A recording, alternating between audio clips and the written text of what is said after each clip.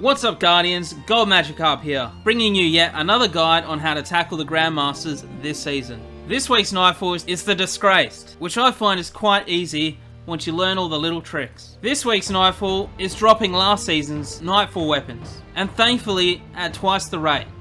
For this Nightfall, you can run whatever team compilation you want, remembering Falling Star Thunder Crash, Ursa Banner, Phoenix Whirls, Stasis Turrets, Geomag Chaos, Pathfinder Night Stalker, and Stasis Hunter are all good choices for the meta, for Grandmasters.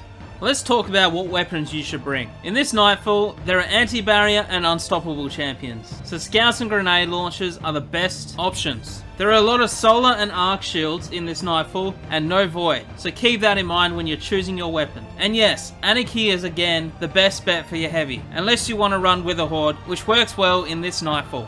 If you want an in-depth guide on what mods you may want to run, check out my previous video. You may want to consider sniper resistance, as there is 2 orange health snipers in the first room that can one-shot you, but you get way more use out of concussive dampener to reduce splash damage, which there is a lot in this Nightfall.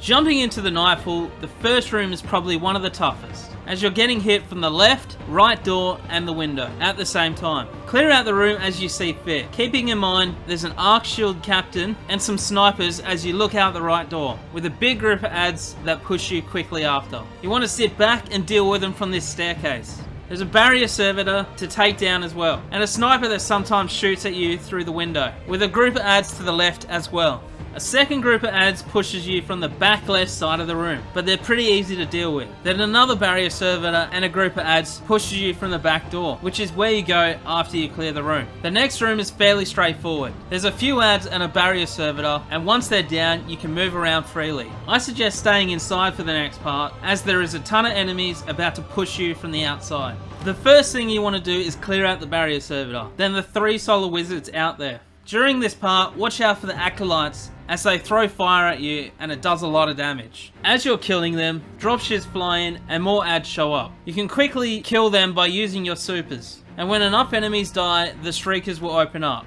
Shoot them down, then focus the 2 barrier knights on the boxes. These knights are probably the most annoying champions in the game, as when you break their shields, they like to stagger and drop off the boxes, breaking line of sight with you. Be patient with them, or try and find an angle you feel safe in. There are 2 more barrier knights at the back of the room, but luckily they are a lot easier to take down. Once you clear the area, push through the next room. This room is easy. There is a couple of barrier servitors, some vandals, with one being a sniper. The next area is a public space, and you can just run through it without shooting. If you're unlucky enough to die and a blueberry revives you, it doesn't take away one of your tokens. Just be aware of the exploding thrall in the tunnel as you enter into the next area. Scan the door and head inside. The boss will be here, and you'll need to take off about a quarter of her health before she leaves. She has a solar shield, so keep that in mind. We found it real easy just to super her and the adds around her to quickly remove her. There will be 2 barrier knights that will push you, and 3 solar wizards at the back. Once they're down, you can clear out the unstoppable ogre around the corner, watching out for exploding thrall. Next, you want to take out the barrier knight at the top of the railing, unless you get a good shot at the other arc shield knights, and you find them easy pickings. Once the top barrier knight is down, you can push in with your supers. Clear out anything you can, then focus down the 2 barrier knights before heading into the boss room. This boss fight can give teams a lot of problems due to the amount of enemies that will push you. But once you know when and what spawns, it's really quite easy, especially if you sit at the back near this room. Walk down the hill, then quickly walk back up, and this will spawn her in. Break her solar shield and then try and stick Anarchy on her. It can be tough as she is really skinny, or do whatever it takes to get her down to 1/6 of her health. This will spawn in the first wave, which contains a lot of thrall, some exploding thrall, and 4 arc shield knights. You want to clear the knights as soon as possible because they really hurt. Once they're cleared, the boss spawns in again, this time on top of the bridge. Break her shields again, Anarchy her, and use whatever you can as cover. Once you get her down half her health, she will despawn, and another group of adds will spawn, this time with acolytes and an unstoppable ogre. Super and heavy really work well here, but make sure to stop that ogre.